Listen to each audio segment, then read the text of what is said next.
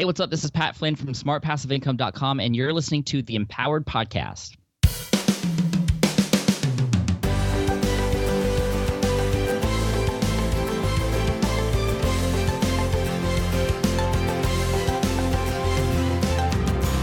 Thank you for tuning into the Empowered Podcast. I'm your host, Ellery Wells, and this is the show that was built from the ground up to help you develop, help you grow, and to help you overcome the challenges that you're facing in your life. Today's episode features a conversation that I had with a man who needs no introduction, Pat Flynn himself. If you don't know a whole lot about Pat Flynn, he has kind of led the way with online business, and his transparency, which you'll see in just a couple minutes, his transparency is one of the no, he's not a ghost, but his transparency with how he does business online is one of the reasons why he's been so successful.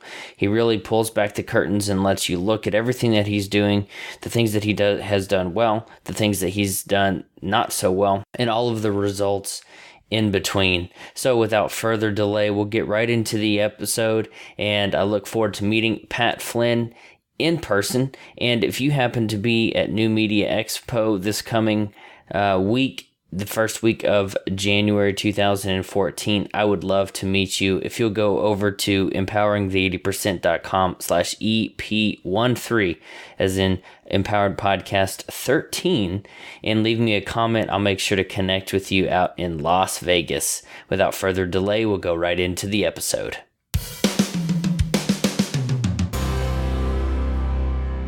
Thanks for tuning into the Empowered Podcast. Today's guest is the crash test dummy of the online world. He's not a millionaire, but makes his living online. He's not a lottery winner, and he doesn't drive a fancy car. And he says being laid off is one of the best things that has ever happened to him. Oh, and he's never beaten Oregon Trail, and he made $46,126.16 in October. Pat Flynn. What's up, Ellery? How's it going? I'm doing so well. How are you? I am doing excellent. I'm really excited to be on the show, and that was a great intro. Thank you for saying all that stuff. Well, I got a little bit from your blog. I've obsessively listened to the podcast. I think everybody who's listening probably to this one has listened to your podcast and know how good it is. And of course, we'll talk a little bit maybe about the income statements, because I know it's not a brag thing. It's a value you can do it too thing. So I wanted to throw that in there as well. Cool. Whatever you need, I'm here for you. So Pat, for the small group of people who don't know who Pat Flynn is, can you tell us a little bit about yourself and what you've been up to? Sure. Well, first and foremost, I am a dad. I have two wonderful kids here at home and a beautiful wife as well. And I'm just so blessed because I'm able to spend all my time with them, or most of my time with them. I work from home. I run a number of different online businesses that allow me to, have the freedom to spend time with them. And then that's why I do what I do, is to spend time with my kids and my family. But I wasn't always in this space. I actually started out in the architectural world. I started in college when I went to architecture school at UC Berkeley, graduated, got a great job. Probably you could say it was my dream job coming right out of college. Thought I was going to do that forever until mid-2008. I learned I was going to be laid off, and that was really, really tough, almost like disgusting moment of my life, just because I didn't know what else to do. I had no plan B, really, and I had done everything I could to climb the corporate ladder and do everything right, and up to that point, everything was working perfectly and brilliantly. I had just proposed to my wife, so that was like another issue. Like, well, how are we going to support a family, or what were we going to do? We both actually moved back in with our parents after that point to save as much money as we could. Things were just sort of getting interesting at that point, until I had discovered, this whole world of online business. I actually had a blog already up at that point. I wasn't really doing much with it because I had created it simply to keep track of notes for an exam I was taking for the architecture world that I was in. I had passed the test, just let the site sit there, had no more use for it. Heard a story about this guy who was making a six-figure living by teaching people how to pass the project management exam. And I said, hey, I have this website. I might be able to teach other people how to pass this exam, which is called the LEAD exam.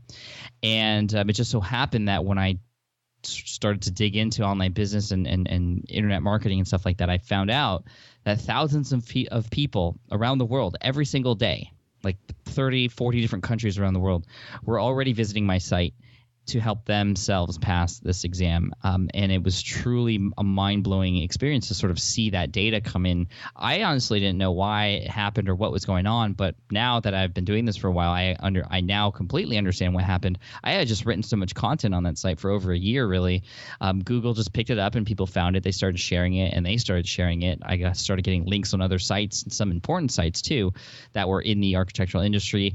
And to make a long story short, in October of 2008, I had published an ebook, a study guide to help people pass this exam, walking them through, A to Z how to pass this test. And it did really well. I actually earned quite a bit of money that first month, and it was just such an amazing experience.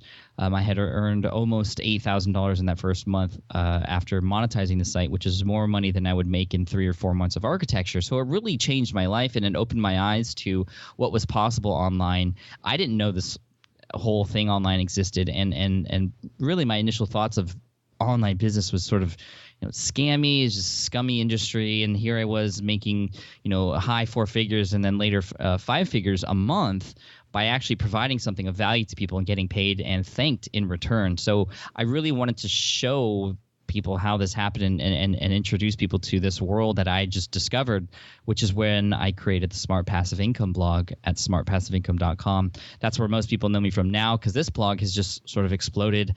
Like you said, I'm the crash test dummy online, and I've sort of found myself in this position and being blessed enough to be able to test things and try different things and build new businesses online. Sometimes they work, sometimes they don't.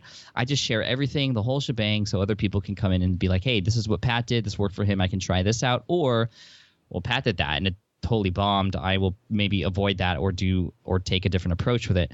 And I've just been so blessed to have this amazing community on Smart Passive Income. Over 100,000 people read the blog monthly. And, I have a podcast, like you said, that goes along with it. I actually just passed 5 million downloads. So before anything, I just want to congratulate you on starting your podcast, Elroy, because it has definitely changed my business. It has changed the way that I have built a relationship with my audience. And I know right now it's doing the same for you and your audience too. So for everyone out there listening, make sure you subscribe and listen to Elroy all the time. It's going to help him spread his message more, like doing a podcast has done for me. And so that's where I'm at now. And now I'm just building new businesses online and being transparent about it. I'm writing books now. I'm doing a lot of public speaking. Just everything is just sort of coming together now. And, I'm just happy to help share the message as much as I can. Awesome. And I will probably cut that out. I should have made sure I let you know how my name was pronounced. It's actually Ellery instead of Elroy. But sorry about that, Ellery. That's okay. You can keep this in here. This is all about transparency. I may do that. I don't always get it right. I don't always get it right first time, but I know to learn from my mistakes. So Ellery, my apologies. My apologies to everybody out there listening if you indeed keep this in there. But I won't make that mistake. It's okay. It wouldn't be the first time, but I should have made sure. So I should have asked. That's a great intro that you gave, and I think it's a pretty good summary for everyone who doesn't know you. Is there anything that maybe you haven't shared before, or a project that you're working on that you could give us a little bit of a window into what you're working on today? Yeah, great question. I mean, I share a lot of stuff. I usually share everything. There's new projects that I'm working on, new projects that are always in the back of my head that when things open up and time opens up and I have the opportunity, I will go ahead and act on those things. And one of the things I'm going to be working on very soon, starting in the new year, is a book. And this is a traditionally published book. I've done ebooks in the past, and they've done really well. But I'm working on a traditionally published book. It's been on my bucket list since I was like a little kid. I wanted to always take my kids to the bookstore and find my book on the bookshelf and point to them and just, teach them that life lesson at that point. Like, hey, if you work hard at something, great things will happen. You just have to be patient and work smart. And I would love to make that a reality. And I think I have the opportunity to do that now because I've been doing a lot of public speaking, and because I've been doing the podcast and the blog has been doing so well. I've been approached by a lot of publishers actually, because they see I have this platform and that I do okay behind the microphone, and I'm probably able to help them publish and promote the book as well.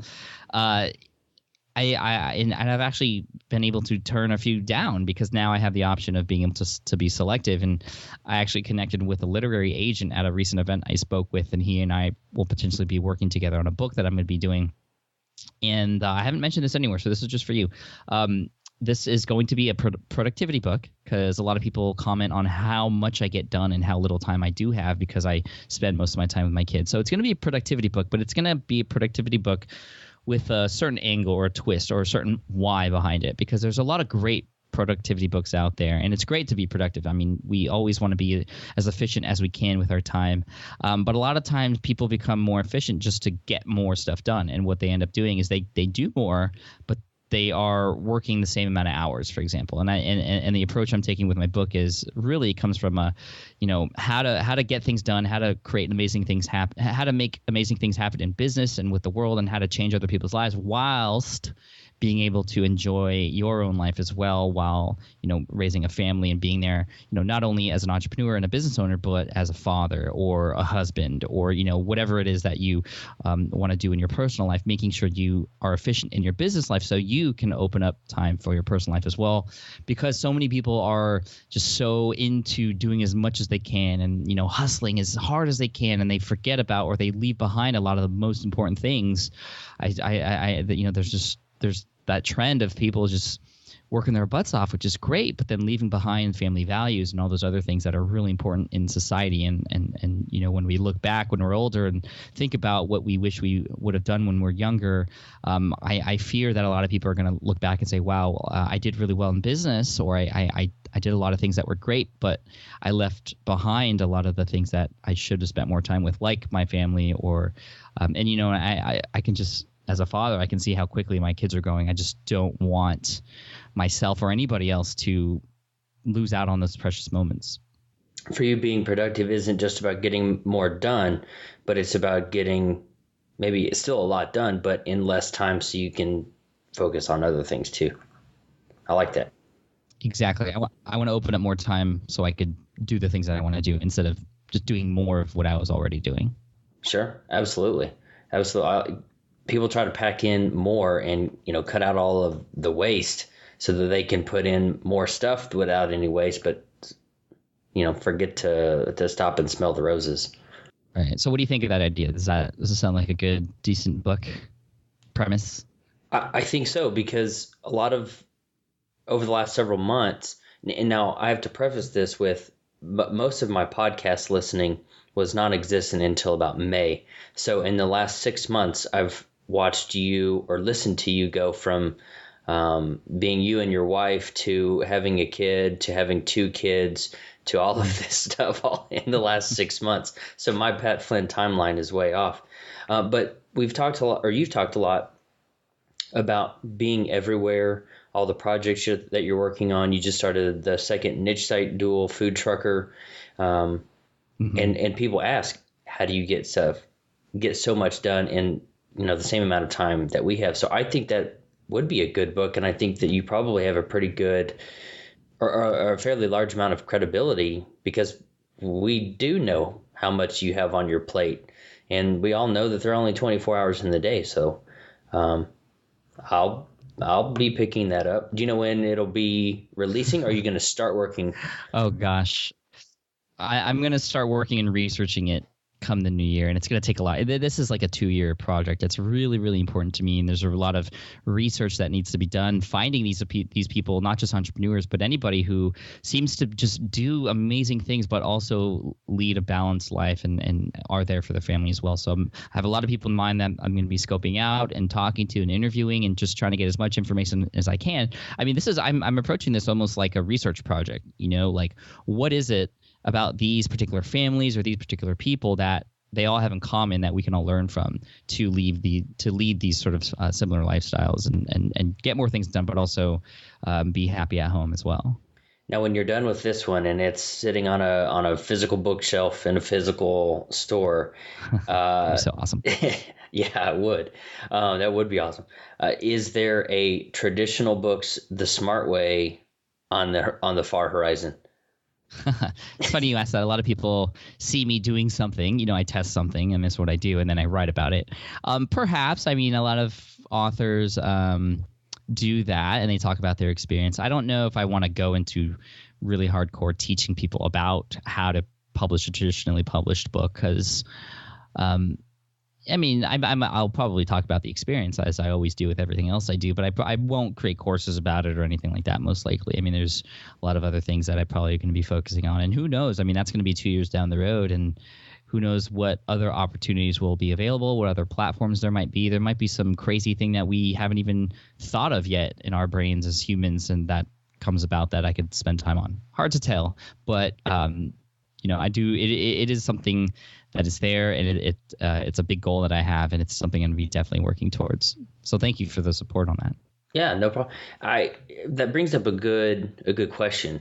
What are the long-term plans that you have? Obviously, this is a 2-year project, but what does Pat Flynn want to be doing in 10 years or 15 years?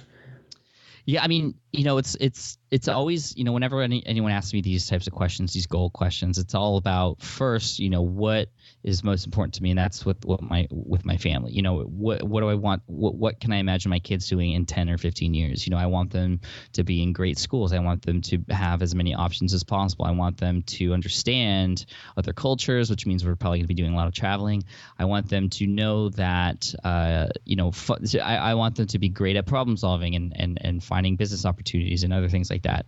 If they choose to go down that route, I'll be there for them and help teach them along the way. So really it starts with that. And that means, and I always do this. I always think about what they might think about what I do now in the future. So I try to set an example for them for later. So that's why any business decision I make now or anything I decide to do, I think about how they might feel about it in the future, because I want to lead by example. If you go to my Twitter handle, there's 3 things I say: lead by example, be honest, and hold nothing back. And those are 3 things that I live by.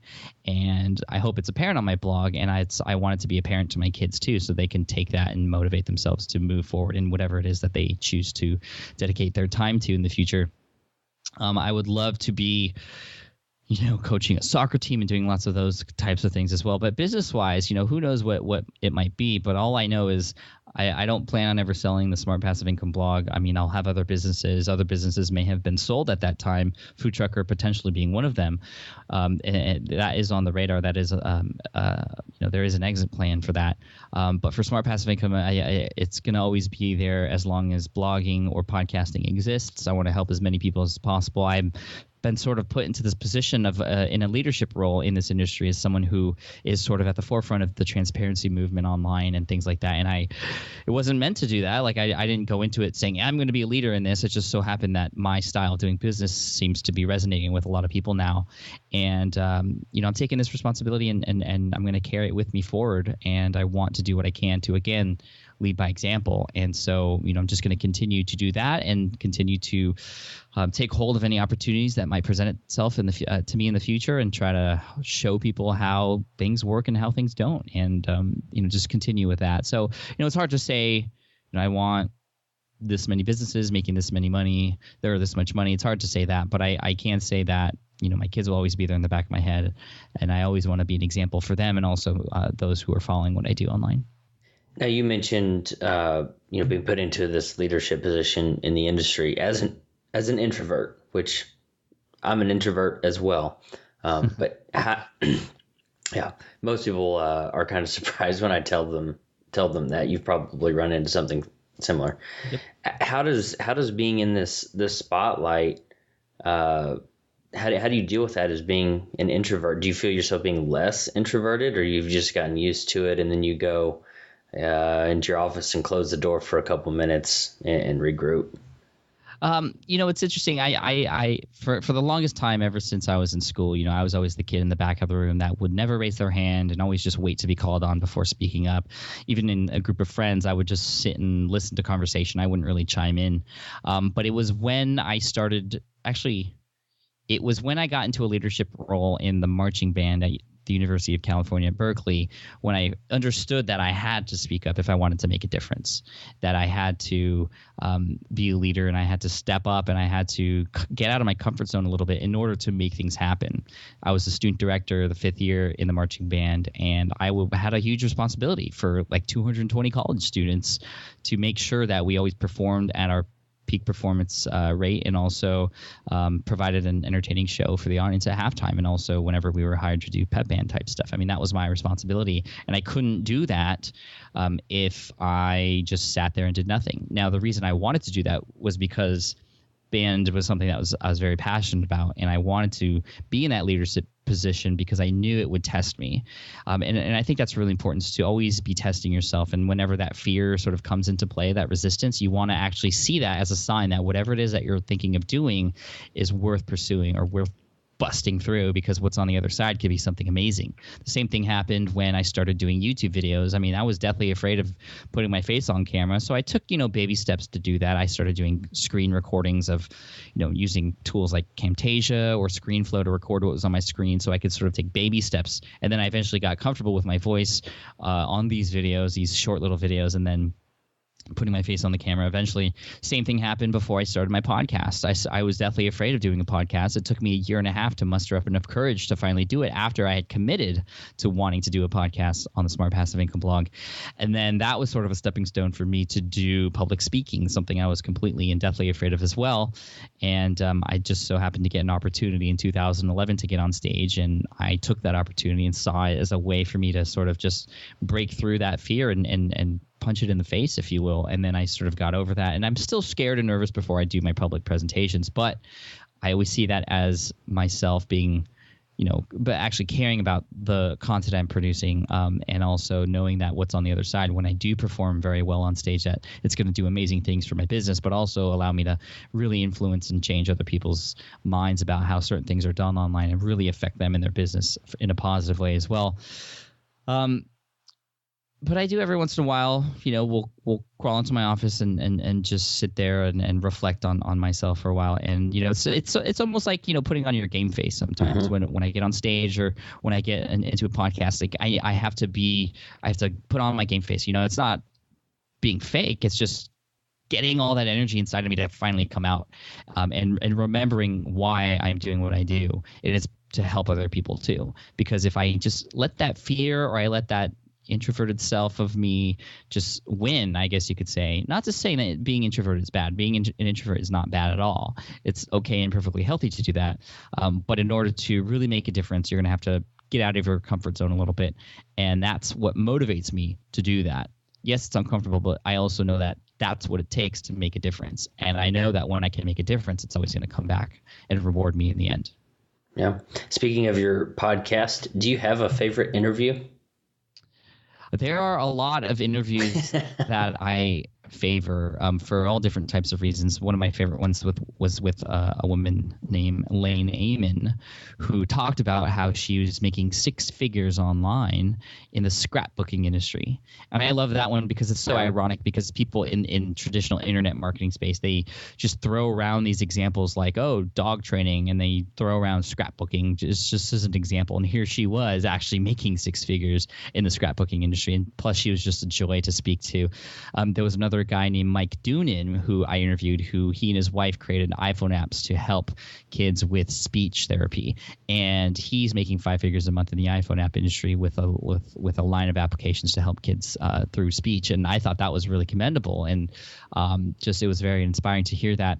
Of course, there's the interviews with people like Tim Ferriss, and he's somebody who I've always admired and who has inspired me, so it was pretty cool to talk to them. If you listen to that episode 51, you'll hear me in the beginning. I'm a little bit of a fanboy, and in the beginning of that episode, so I might be able to relate to that. Well, I get over it, after a few minutes, and we start to have a real conversation instead of like, oh my gosh, you're like awesome, you helped me out so much. There's so many wonderful interviews. I can't. They're all great. I think they are all great for their own different reason.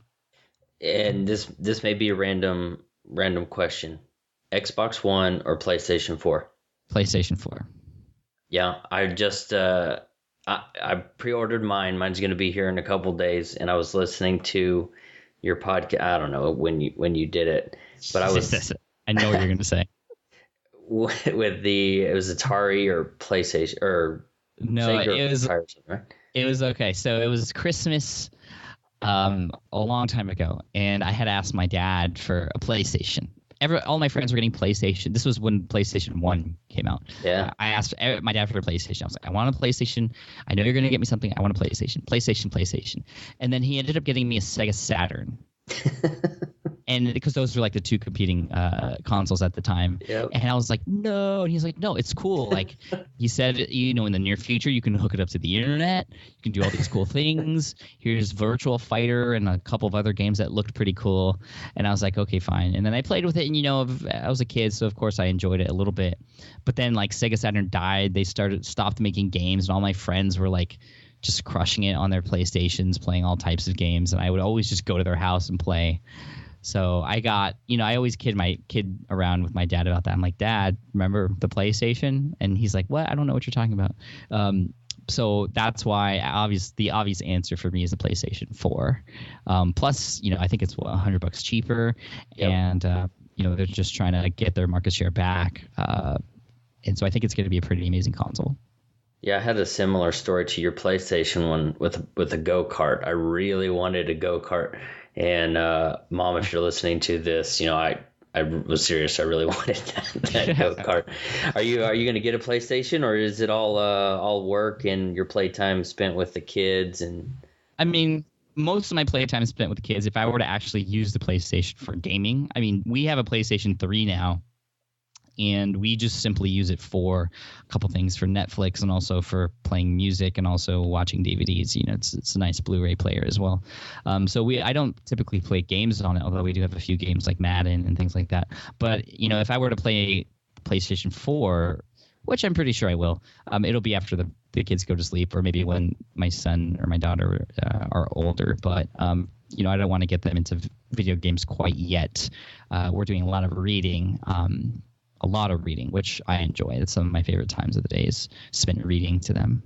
Also, that's a good answer. I've played less and less as my blog started getting bigger and started doing the podcast. I still watch a couple TV shows, played Grand Theft Auto 5, but man, that game really cut into the productivity. So I know what you mean. Yeah. So before I get into my standard questions, I was talking to my wife just a few minutes ago while we were eating dinner, and she wants to know, and I want to know, and probably the people who want to do what you do and are listening to this want to know, how did you get such a large following? And what really stuck out to her is in the last couple days, you asked a question on Facebook. It wasn't, here's great tips, here's how to solve this problem. It was a question about which comment software to use on your blog, whether you should use Discuss or not, or Discuss, I guess you should say. And she's like, he just asked this regular question and he got 75 comments. How did you get such a large following to where you can ask a random question about a comment, which is not sexy, on Facebook and get 75 comments? I'm looking at that question right now. There's 105 comments now, which is crazy. But I know exactly why this happens. On Facebook specifically, if you want to get into strategy and tactics on Facebook, asking questions and asking people to leave their opinion on something is always going to yield higher engagement. And that's because people like to talk, and people on Facebook, they like to leave comments. And whenever you give your audience an opportunity to speak up, especially on a platform where everybody already is, they're going to speak up. So you'll notice that, either in my Facebook page or a lot of other Facebook pages, Amy Porterfield has a good example of this on her page. When she asks a question, and she actually did this one thing where she was asking her audience what design for her newsletter header do they like best, A, B, C, or D, and she had a little picture up there. She had like hundreds of comments. People say, oh, I like this one better, I like this one better. because people like to speak up and they want to feel like they have a say. I think that's another thing. That's why I love asking my audience for their opinion on something. Like, instead of me saying, hey, this is the way it should be and this is why, I say, hey, what would you guys like? What would you prefer? Because, you know, as much as I say, oh, Smart Passive Income is my blog or it's my podcast, it's not really for me at all. It's for my audience. And so what better way to know exactly what to do than ask my audience exactly what I should be doing or what a majority of them will say. And, you know, I'm just one person. How the heck can I know everything about a certain thing or how my audience is going to react to something? There's no better way than just to ask them. So whenever I ask questions like that, they typically get a really high response rate or really high engagement rate. But beyond that, I feel like, you know, sort of, you know, zooming out a little bit and just talking about the SPI community in general, they are a highly engaged community because I think they can relate to me. And yes, I know I talk about my income and it's you know, fairly high, and I am doing all these things, and people might not be able to exactly relate to me on that, but they can relate to me as a person because I sort of bring myself back down to earth, I think. And I think that's a big point. You know, I purposely do that, but I don't do that saying that I wouldn't normally do that. That's just who I am. And I feel like if you're going to try and relate to anybody online, if you're going to try to build real relationships with your audience, you want to be on the same level as them. So I always talk about the things that go wrong in my business. I talk about the mistakes I made because it makes me seem like a real person, which I am. And you should try to be as real as possible. That's why transparency and being honest is a huge sort of motivation for me and a huge part of my business, and just a huge part of who I am. You know, I think the more honest you could be, the more other people can relate to you. I mean, people like to do business with other people. People like to connect with other people, and you know, other people that they can relate to. So that's why I do talk about, you know, my failures as well, because we've all failed, and I think it's very important to be completely honest and upfront about that. But beyond that, I like to talk a lot about myself outside of what's going on in my business because you know, I don't do that because I do that because I want to make connections with people and show people, you know, that I am this person outside of Smart Passive Income too. So you'll see a lot of videos and Instagram pictures of myself and my kids on Facebook and on Twitter and on Instagram. I mean, I talk about, you know, hey, I ask questions like, hey, it's Thursday night, so that means it's date night again for the Flynn family. Kids are at grandma's. Where should we go? Should we have Italian or Japanese tonight? And I'll get like hundreds of comments because people, again, want to feel like they have a say, but it also brings me back down to earth. Like, oh, Pat's going on a date with his wife. That's awesome. And, you know, I'll share like little fun things like that. I like to talk about what's going on in my head as well. I think a lot of people can sort of relate to that. And even though they don't say so, they'll be like, oh, well, Pat actually has these same feelings like I do. Because it's not all just, you know, it's a struggle for me too. You know, it's a journey, and along the journey, it's not always going to be a beeline or a straight path. It's going to be ups and downs. And I talk about my downs as much as I talk about my ups as well. So really, I think I just have, you know, opened up the lines of communication. I've replied and responded to people, which obviously they like. I mean, it's hard for me to respond to everybody now, but people will see me active, and so they know I'm commenting, and so they'll be more likely to comment knowing that there's somebody on the other end that's actually reading them. So things like that all help to sort of, you know, increase the engagement levels on Facebook or on your website as well. And one question I wanted to ask, and maybe people might like your answer here. You've got a birthday coming up in 3 or 4 weeks. Mm-hmm. What's on your birthday wish list? What's on my birthday wish list? Wow. You know, I don't really have anything on my birthday wish list. I just want to spend time with my family. And I know some of you might be like, that's a cop-out answer. Like, no, but it's true though. Like I am so blessed. I have everything I need right now. I just would love to spend time with my family, which we're doing. We're actually going to Disneyland for my birthday this year. So that's going to be awesome. Didn't you just go on a Disney cruise too? We just came back from a Disney cruise in September. Wow. We are a Disney freak family. And, you know, mostly it's because, like, you know, our kids now are at the age, our daughter's walking now, so it's going to be great. She wasn't walking on the cruise. And our son is almost 4, so he's like at that point now where everything Disney and character-wise, you know, Lightning McQueen or all, you know, Buzz Lightyear, all that stuff just excites him. And to see him smile and get so excited just makes me so happy. That's what fulfills me. And so I put us in that situation as much as possible because, not because I'm trying to be selfish and I like seeing them happy. I just know it makes them happy, and it's just everybody's happier when the kids are happy. I think all parents can relate to that. Yeah, we don't have any kids yet, but I can imagine that's true. So being on the Empowered podcast, Pat, you might have guessed, or maybe not, that there would be a question about the word empower. What does the word empower mean to you?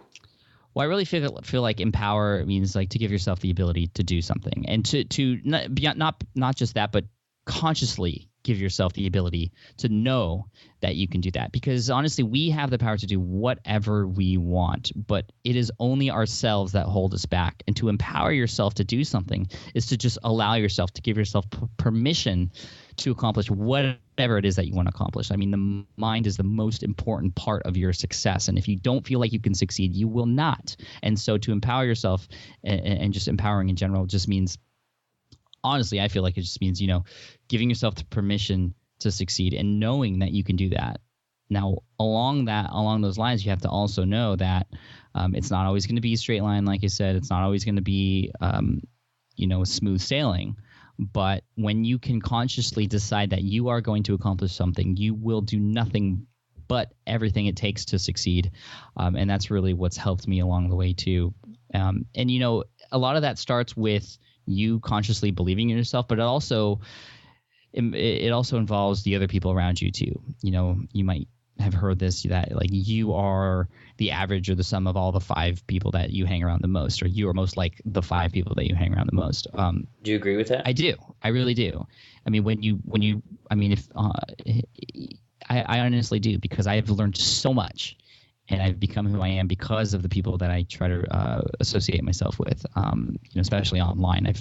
I'm in 3 different mastermind groups with amazing people, some who are doing way better than me online, and I get inspired by them. They help me out along the way. And so part of that empowering comes from the other people around me who are also empowering themselves as well. In what ways do you empower other people on a daily or weekly basis? Well, I try to encourage and inspire people as much as I can and show people that I am no better than anybody else. I just happen to be someone who has taken those steps to empower myself and to take action. And I think once people realize that, yes, you need to make a conscious decision and commit to something first and then take action in order to do whatever it is that you want to do, good things can happen as a result of that. I mean, so I try to be as transparent as I can about the whole situation, and I don't try to mislead people. There are several opportunities for me to make way much more money. I get JV offers every single day in my email for these amazing products that people have just created, and they're saying, oh, well, we'll give you this much money commission if you sell this to your audience. And you know what? I'm at a point now where I could just write a post and say, buy this now, and people will buy it. And that is so scary because I have so much responsibility for my audience and what they do as well. And I know that, and I don't want to take advantage of that. And so I feel like I'm empowering other people by making sure that anything I do recommend or do write about is something that's going to be worth reading and worth taking action on. So I do know I have that responsibility now. Again, this was sort of an unintentional leadership role that I've fallen into, and I've sort of embraced it and trying to take the responsible route with it, although of course, like with anything, I mean, you hear these people who become successful and they lose their way. They aren't the same person anymore. Some of my friends or colleagues that I used to be best friends with have gone down that path. And that's sort of helped me realize that there are those things out there that some people can't control. And I'm scared about that. I don't want that to happen to me, which is why I've also empowered my audience to just be like, hey, Pat, if they see me going down the wrong path, I want them to call me out on it. I want them to email me or call me, or if they see me in person, punch me in the face, because I don't want to go down that route. And so, one example of that is, I'm very transparent about that on my podcast, but even in my email list, I say, hey, if you ever catch me going off path, I want you to let me know, because I might not even know it. And, luckily I haven't, strayed from the path very far at all. But, sometimes there are moments when people might be like, hey, the way you did that wasn't very good, or it didn't resonate with me, or this didn't seem Pat Flynn like of you. And it's really easy to see those comments come in and be like, no, screw you, you don't know what you're talking about. But I always take those comments because they're directly coming from my audience and try to understand why they say what they said and try to, either adapt or understand the situation better or have phone conversations with those people, just to understand more about why they're feeling the way they are, because I don't want to go down the wrong path. And you said just a second ago, a JV post? A joint venture offer. So someone, for example, they make a product. They're like, hey, Pat, like I made this product. If you sell it to your audience, I'll give you $100 every time you make a sale. And, I could easily put a blog post up and make tens of thousands of dollars in a minute. And I don't want to do that because I want to do it the right way. Yeah, I think I know I'm not the only one that appreciates that. You've talked about that before, and you recognize that is a pretty large responsibility. Even if it was 1% of your audience, that would redirect somebody's life. Even if it's one person. That's true, Ellery. I mean, it's just everybody matters, and that's why each one of those comments do matter. And even though sometimes some people do get out of line a little bit, or they speak up a little bit louder than other people, it's all important information that I need to know, that's coming directly from my audience, and everybody matters. Yeah. When you first started out, what kind of challenges did you face and have to overcome? Well, there was a ton of fear behind what I was doing. I had just come off a layoff, and I didn't know I didn't have a plan B. I didn't know if this was going to work. Part of the challenge with doing business online is that you're creating this thing that you're going to share with the world, and you have no idea if it's going to work really. I mean, yes, you can do market research and understand if it's something that would be useful, and that's a good indicator if you could potentially create something out of it. But I had spent, for example, 2 months writing that ebook that I was going to sell on the website, and during those 2 months, like there were moments when I was just like who's going to buy this, or why would people buy it, or what if nobody buys it? And I would just sit and just reflect on that and be like, should I just go back into architecture or try to find another job tomorrow, or should I keep going? I mean, it's hard to keep going when you don't have anything to show for right away. And that's why a lot of people give up. But unfortunately, a lot of people give up right before that inflection point when amazing things will happen. And I'm so glad that I didn't do that. I see a lot of people doing that. And that's why I try to encourage people as much as I can to just keep going and, pivot instead of just give up. Keep going in a new direction, not just stop or come back. And, so those were some of the challenges. A lot of the other challenges were sort of technological. I mean, luckily it's sort of now, as opposed to when I started 5 years ago, it's a lot easier to get things set up now. But even still, there's technology is an issue for a lot of people. So what really helped me get through that was just asking other people and finding other examples and diving into what they were doing so I could do something similar on a technologically on a technological point. So those were some challenges too. And another challenge was just trying to feel like I could do everything myself. I mean, I burned myself out in the beginning because I had tried to do everything myself. And it was when I realized that there were other people out there with amazing talents who I could potentially hire to do these things for me and do them for me faster and do them for me better. Things I didn't want to do, or even things I knew how to do but just didn't want to do. It just opened up so many more opportunities for me and allowed me to spend more time doing other things that I should be spending more time on. Did you go the VA route? Yeah, I did. I mean, at first it was hiring people to do things on Elance or Odesk to do these small jobs for me that I tried to do myself. The best example I could give you was in 2009 when I was I was trying to record an audio version of my ebook. I spent 3 days and 12, 13, 14 hours recording the whole thing. And it was just terrible. It was just such a waste of time, and the quality was bad. And so I hired somebody on Elance to do it for me. She did it amazingly, and it sounded beautiful and sounded professional. And when I launched that, along with the ebook I was selling, I had made up the cost of that, which was about $1,400 or $1,500 in about 2 days. Wow. So I learned that I could invest in my business and it would pay me back as well. Another big challenge for me was when things started to take off and I started to work more from home, or I was working from home, but when I started to see more opportunities come my way, and there was always that one more thing I could do all the time. There was always business. Business was on my mind all the time, even when I was at home, even when I was in the middle of conversations with my wife, and that was terrible. That wasn't fair to her, and she finally got to a point where she could tell that I wasn't all there because I was so busy with my business and trying to make things happen, and all the emails coming through and all the improvements I could make and things like that. And so we had a nice little conversation, and that's when I learned that I had to create boundaries between my business and my personal life, that I had to create a schedule that I had to work in. And when that time to work was over, then I could be 100% with my family. When the time with my family was over, I could be 100% in my business because they crossed over. And that wasn't fair to any part, my business or my personal life. Now I'm very efficient. I get work done when I need to get done during work time, and when I'm with my family and with the kids and with my wife, I'm 100% there, and I'm not thinking about those things anymore like I used to. You still doing the dishwashing method? Yeah, I am. I actually just finished the dishes earlier today because that's a great sort of strategy, a transition between, resting in personal life to getting into work. This was a tip I got from Yarrow Stark. So do the dishes before you get to work. You're going to be that much more productive, and your significant other will thank you for it. Or if you're living alone, you'll thank yourself later when you have clean dishes to eat from. Yeah. Pat, what are you doing today that will keep you moving forward tomorrow? Well, I am, let's see, what did I do today? I am actually working very closely with my developer right now to, this is very specific, but to tweak some of the designs or the design for Smart Passive Income. I actually just released a new updated version of the site.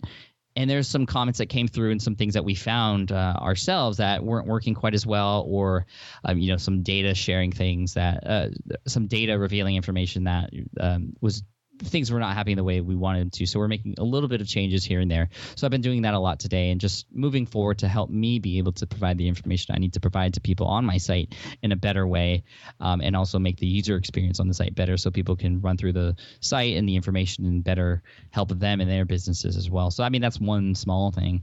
Another thing I do is I always do what I can to eat well, to exercise, because those are two things that I found that when I eat well and I exercise often, I actually perform better in the home office. I'm more focused, I'm more creative, I can get things done faster, I'm more efficient, and so those are two things that are really important to me. And then I always say to other people, if you want to do the best work that you can, or if you actually want to give yourself the best chance to succeed, you have to start with your body too. You have to allow yourself to be the machine that it can be in order to produce this great information that I know you can provide. You just got to give yourself the best chance to do that. So you got to fuel yourself the right way, and you got to take care of yourself so that you can be healthy enough and at the top of your game to be able to provide to whoever it is you're trying to provide to. Yeah, I'm reading Eat, Move, Sleep by, I think it's Tom Rath, and he says basically eat better, move better, sleep better, and you'll live better. And one thing that I've talked to a lot of people about, and I can't get it out of my head, is he says that the most successful and high-performing people in any area get 8 hours and 36 minutes of sleep a night. Interesting, because I actually don't get very much sleep. See, I heard exercise is really important, and so that's the compromise right now with where I am with the kids and the work I need to get done. And I have put myself in a position where I do have a lot of things I could focus on, and I purposely and consciously did that, knowing that I would have to sacrifice a little bit of sleep now for that to help other people. But exercise and eating right are really important. They're way up there. And so, ever since college, I've been sleeping maybe 6 hours a day. Just that's how architects work. And, I'm actually, when I get more sleep, I'm more tired. So, so far this is working out. But once the kids go to school, my schedule is going to adjust, and, I would like to sleep a little bit more eventually, but I'm having fun with the way things are now. Good.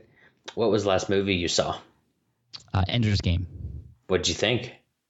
It was great, actually. I was worried because it's one of my favorite fiction books, and I'm usually scared about these books that I read that turn into theatrical experiences, but it was really good.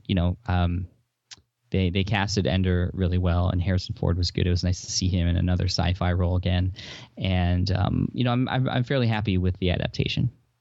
Well, I don't know if you noticed, when I IM'd you on Skype before I called you, I said, "Ho, Pat," Did you notice? Yeah.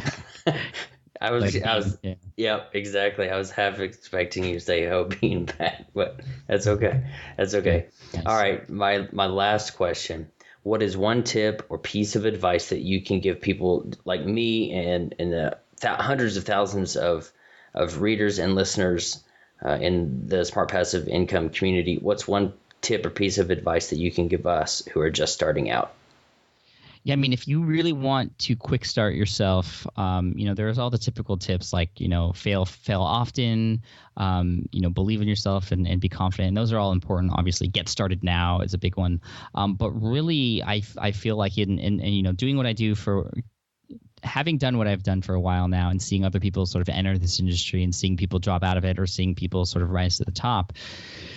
I always feel like the people who have risen to the top are the ones who will go a little bit extra the mile to connect with as many people as they can, to go to these conferences where their people are or potential colleagues might be, to just get to know other people in the industry and meet them face to face and talk shop and get to know them and become friends with them. That's when you start to see things happen. So a couple examples, John Lee Dumas from Entrepreneur on Fire, he's only had his podcast for about a year now, but he's risen to, notoriety like crazy. He's doing amazing now.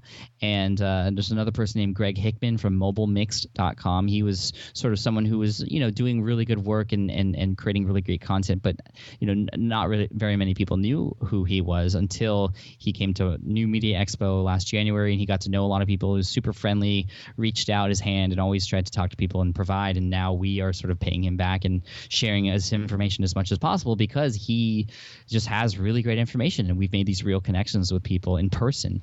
So, this was actually a tip from David Hooper, who was on my podcast, who is a musician and also in the marketing part of being a musician.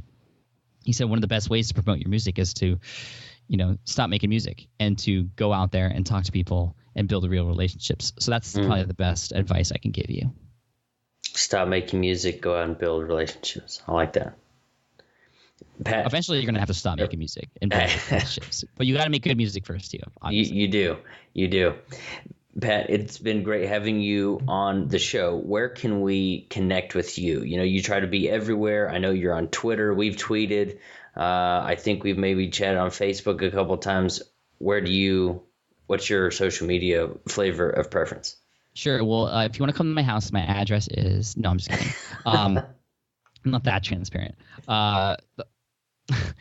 You can find me on smartpassiveincome.com, of course, and I'd love to know if you listened to this and you enjoyed it. You can hit me up on Twitter at Pat Flynn, PatFlynNN, and also you can check out patflynn.com too. Yeah. Congratulations on getting that. I know it's been a struggle. Yeah, it took about 2.5 years, but thank you. Finally. Yeah, we were talking about that at the platform conference about how you got patflynn.com after waiting so while. So congratulations on that again.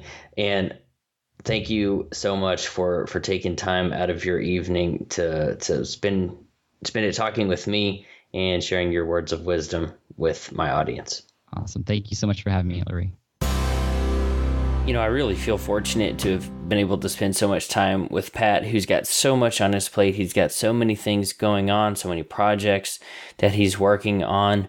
But, at the same time, and my wife and I actually had a conversation about this while we were driving up to the Dallas-Fort Worth area for our Christmas break, is that some of the most successful people that I've come across and that have had the opportunity to talk to here on the Empowered Podcast are the ones who have the most time and who are the most willing to give that time to other people in a coaching and teaching sort of way.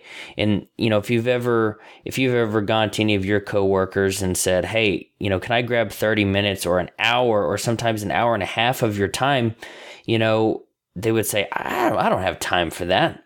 But then you turn around and you ask decamillionaires like Jim Stovall, or people who have 18 different projects and are trying to write a book like Pat Flynn, or people who like Jeff Brown who have been laid off and are doing their very best to build a business online so that they can, support their family. You ask those types of people for an hour of their time, you may have to schedule it out a few weeks, but they're more than willing to help turn around, reach out a hand, and pull you along with them. And I just want to give a special thanks out to all the people who I've had on the show, and specifically here, Pat Flynn, who I know is getting ready for some big stuff and who will actually be one of the main speakers here at New Media Expo coming up. I do have a favor to ask. My grace period in the new and noteworthy section of iTunes is coming to a close here in about 10 days, and I would love a rating and review to help boost the visibility of the show. If you have listened to an episode and it has helped you in any way, it's helped you develop, grow, or overcome the challenges in your life, would you head over to iTunes and leave me a rating and a review? 5 stars would be great. 4 would be good too. But I just want you to be honest and let me know what I'm doing well or what I could improve on. If you need a shortcut, go to empoweringthe80%.com/iTunes and it'll take you directly to the show. Now, I want to give you a taste of what's coming up on our next episode. I won't give you his name just yet, but he works very closely with John Maxwell and actually helped John start the John Maxwell team. I'm really excited about that interview, and here's a taste of what's coming up. Be willing to go through the process, not just any process, but the process.